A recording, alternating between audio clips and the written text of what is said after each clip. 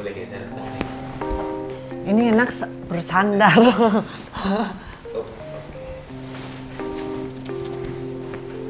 Oke. kayak kelewatan kan ya.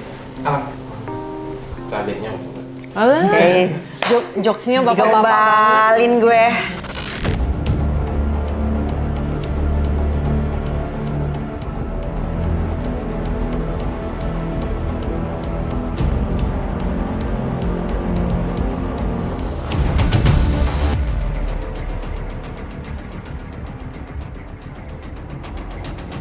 Kalau aku ya dari kecil aku bisa lihat, bisa merasakan memang. Kalau aku sama ngerasain juga ada kalau misalkan kayak ruangan ini ya berasa ada gitu. Kalau misalkan ada sesuatu yang menakutkan biasanya juga bisa ngelihat tapi nggak yang interaksi. Jadi kayak lebih kabur aja deh gitu.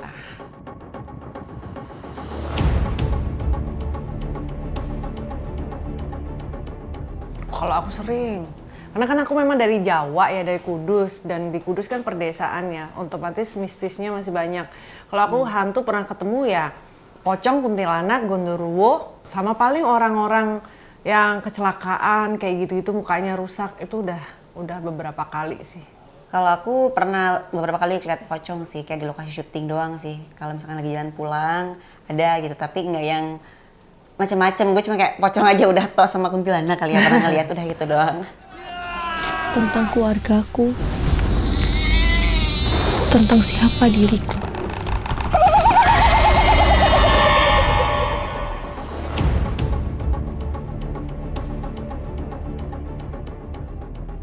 Keren. Terus banyak jump scare-nya, walaupun aku belum nonton full sih.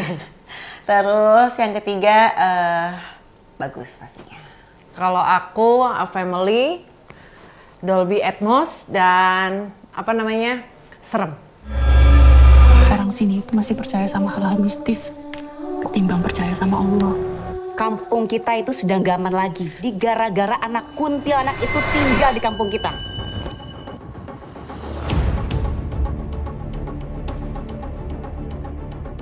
Ya pasti punya konsep masing-masing sih. Cuman kalau ke anak kunti itu lebih ada dramanya. Kayak drama horornya kan memang namanya juga ada horor kan. Terus kayak drama percintaannya. Terus kayak keluarga juga. Karena kan di situ kan anak kunti.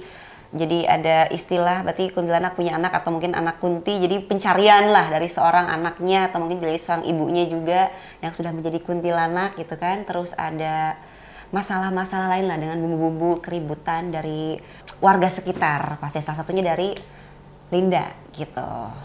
Kalau aku nambahin, karena kan kalau dari judulnya namanya juga anak kunti ya. Biasa kuntilanak itu kan urban legend, dia hantu yang legend banget dari Pontianak. Dulu itu selalu ada film kuntilanak 1, 2, dan 3. Nah, kenapa ini anak kunti itu ada sesuatu yang beda? Karena ini fokusnya ke anaknya. Akankah kuntilanak itu bisa punya anak atau apa? Jadi ini menceritakan flashback bahwa ternyata kuntilanak itu punya anak nggak sih? Anaknya ada berapa? Nah, untuk jelasnya nanti mending nonton langsung. Nggak hanya cerita tentang anak kunti atau kuntilanak, di sini juga ada konflik, ada kasih sayang orang tua ke anak, dan juga ada drama percintaan, cinta segitiga juga ada di sini. Jadi nanti ditonton aja.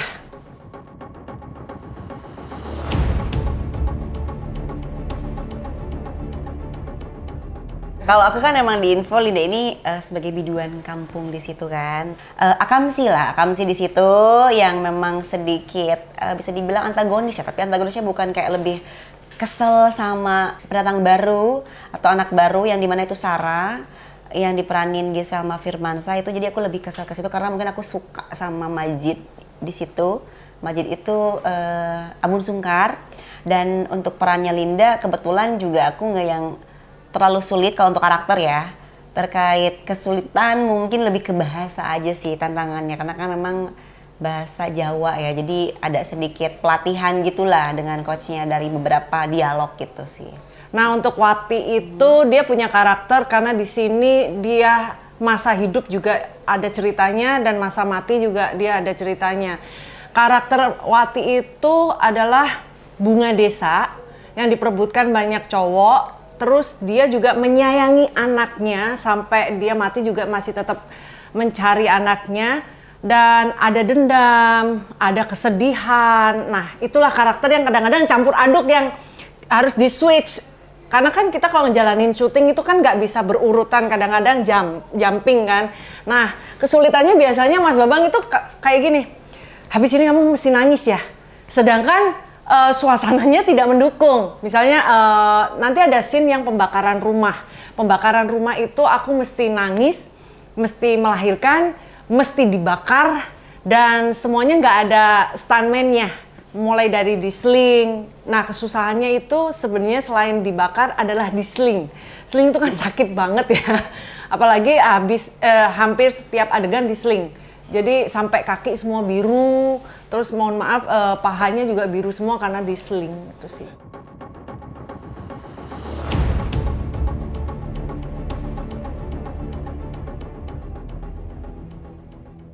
Karena aku pengen dalamin karakter. Karena kalau misalnya nanti digantiin orang, aku nggak tahu nih scene terakhirnya itu dia ngapain. Karena kan di situ kan memang harus terbang.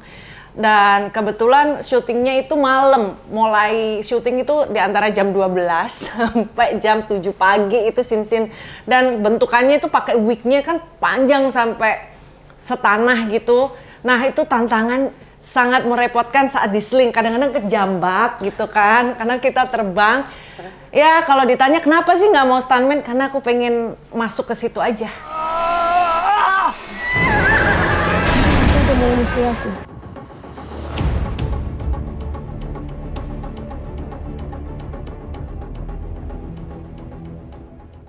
Enggak sih, karena pada dasarnya gue biduan. Karena dasarnya kan emang udah nyanyi kan, basicnya kan aku memang penyanyi. Jadi pas ada penawaran dari Mas Bambang waktu itu, mau nggak gitu jadi biduan. Jadi ya menurutku kayak untuk karakter Linda sendiri sebenarnya nggak susah, karena kan memang setengah dari karakter Linda ya memang aku gitu. Cuman yang membedakan yang tadi aku bilang kayak lebih ke bahasa sama lebih ke penampilan lah, itu aja. Antagonis sih. enggak dong aslinya? Antagonis enggak sih, tapi memang kebanyakan sih kenapa ya perannya selalu antagonis gitu ya. Ya udahlah, namanya kerjaan kita profesional. Yang pasti aja, aslinya nggak antagonis. enggak baik. antagonis, cuman peran doang lah itu mah gitu.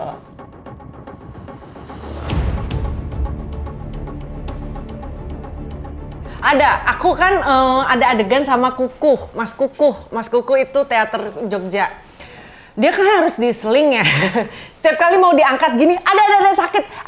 Jadi dia 10 kali diseling, dinaikin, 10 kali juga bilang sakit. Mohon maaf, kalau diseling itu kalau cewek masih ketolong ya kan. Kalau laki-laki itu kan tahu sendiri kan dia. Nah, itu dia kesakitan. Jadi satu lokasi itu ketawa hanya karena si Mas Kukuh itu. Kalau aku lebih ke adegan sih, waktu itu kan ada adegan sama Abun tuh di puskesmas apa rumah sakit gitu ya ceritanya. Terus kayak, nggak apa-apa kan Bun, digodain tante-tante, jadi kayak gitu. Jadi lebih kayak, kan aku beda sama Bun tuh 7 tahun, 8 tahun ya kan, dia 20 berapa, aku 30 gitu. Kayak, ya udahlah gue sebatas kayak, ya adik-adik aja lah anggap kan. Karena kan emang di Selma, ada Wafi, Kasmi di bawah aku. Lebih ke situ sih, karena aku lebih ke, bukan risih ya, mungkin karena terpaut umur aja. Cuman ya balik lagi lah, profesionalitasnya aja deh gitu.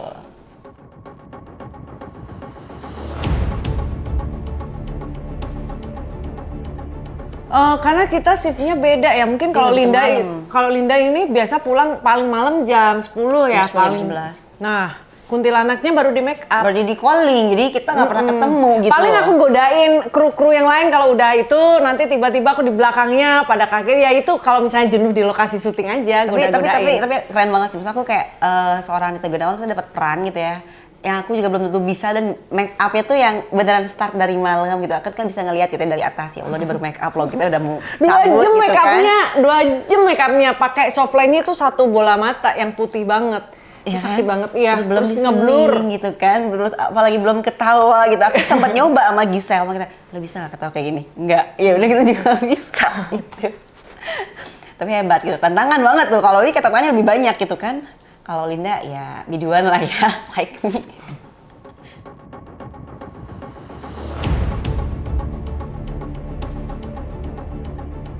Jadi selama syuting itu Mas Bambang nggak membiarkan aku untuk ketawa.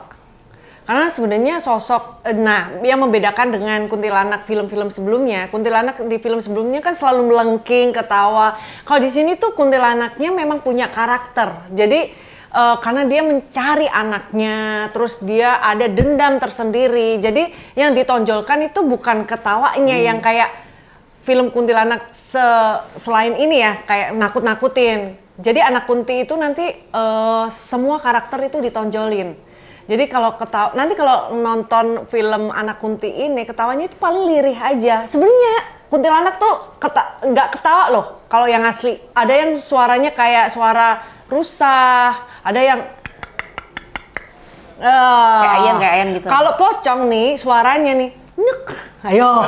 Karena aku lihat sendiri dan pocong itu nggak ada yang mukanya warna putih. Yang aku lihat tuh mukanya hitam. Bolong-bolong. Yang bener itu gitu, hitam. Dan dia cuma diem aja. Nggak ada tuh, kalau film pocong kadang-kadang kan lompat gitu kan. Itu kayaknya ditambah kayak film Cina yang vampir itu kali ya. Sebenarnya pocong nggak gitu. Loncat ya? Nggak loncat dia. Terus gimana? Diem aja, aku ketemu pocong itu di depan aku begini, dia diem aja. Habis itu dia langsung kabur. Oh, set gitu? Iya. Berarti kan loncat artinya? Terbang. Oh, terbang, oke. Set, hilang.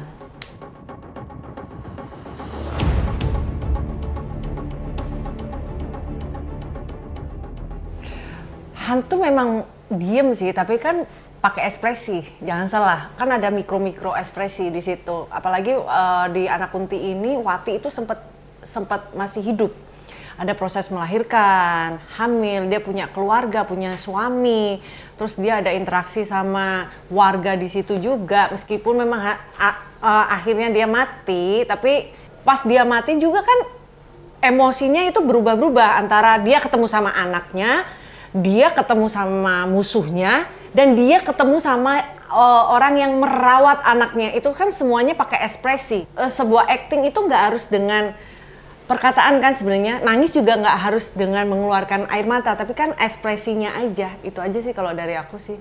Ya sebenarnya sih semua peran tuh penting ya, apalagi kan kayak peran hantu juga prosesnya juga sebenarnya panjang juga gitu. Walaupun memang bisa dikatakan kayak minim dialog, tapi dari karakternya kan kuat gitu ya. Apalagi di film Anak Kunti ini kan sosok Wati ini memang ada ceritanya dulu, baru dia jadi hantu. Nah artinya kalau misalkan kayak lebih pandangan karena minim dialog, enggak juga sih. Semua orang punya porsi masing-masing daripada masing-masing karakter juga. Jadi semuanya pemeran atau pemain di Anak Kunti ini semua punya porsi masing-masing. Jadi tadi yang aku bilang, Nita Gunawan jadi kuntilanak tuh gue keren. Karena apa? Karena dari prosesnya aja tuh make upnya tuh lama banget loh. Kan gue belum tentu mau diseling dan gue belum tentu bisa ketawa nyelangking begitu, belum tentu gitu. Tapi kalau dapat peran antagonis seatas-atasgonisnya banget, gue ayo gitu kan. Jadi beda-beda orang gitu dan masing-masing karakter punya porsi, udah gitu aja sih. Jadi menurut aku semua pemeran di Anak Kunti ini ya keren karena punya karakter masing-masing gitu.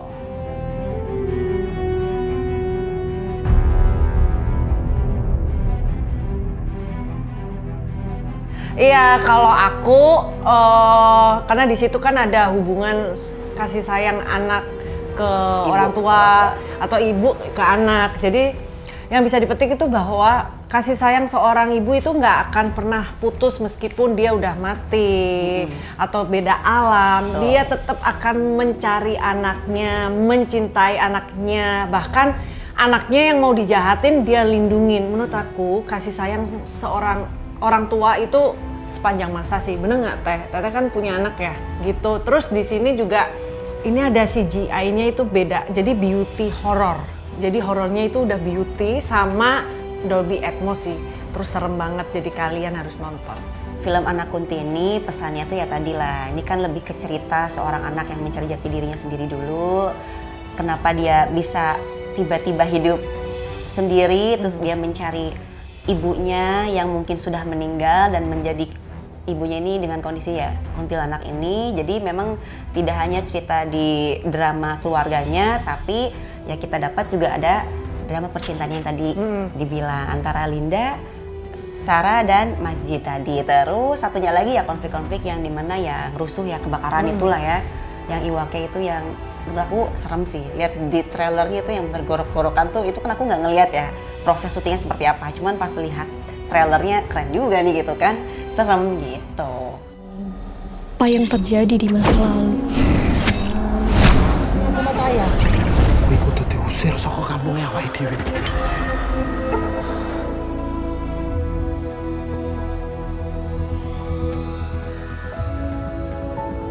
Harapannya ya udah pasti yang baik lah ya, bisa lebih memperhatikan lagi mungkin daripada kesehatan dulu kali ya, kesehatan dulu daripada pemain sama kru itu kan harus diperhatiin juga. Terus mungkin dari segi pekerjaannya kayak callingan mungkin lebih diperhatiin, kita bisa tahu jam waktu kerja kita sampai jam berapa itu harus lebih tahu lagi dan detail lagi, karena mungkin kalau sekarang ya masih banyak ya beberapa yang kayak ngejalanin syuting tuh sampai pagi hari, tadi dibilang sampai jam 7 pagi itu kan sebenarnya kayak udah udah nggak sehat ya, kita harus istirahat.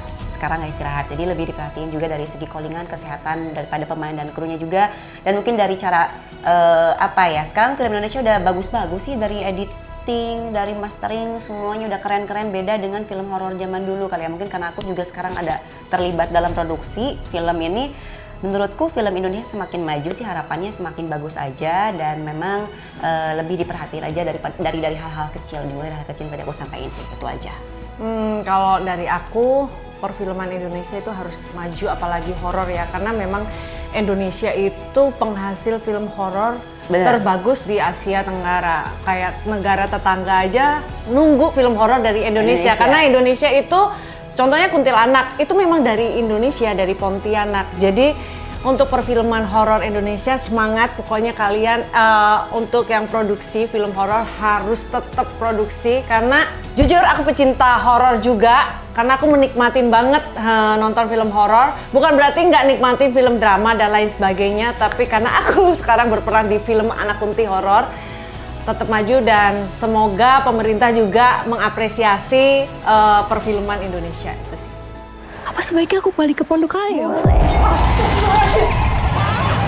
Usir dia! Garis takdirku sebagai anak Kunti tidak bisa dirubah.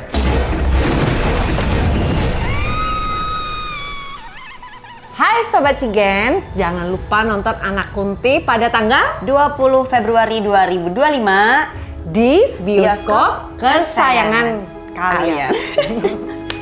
Aduh, kayak kamu tau gitu.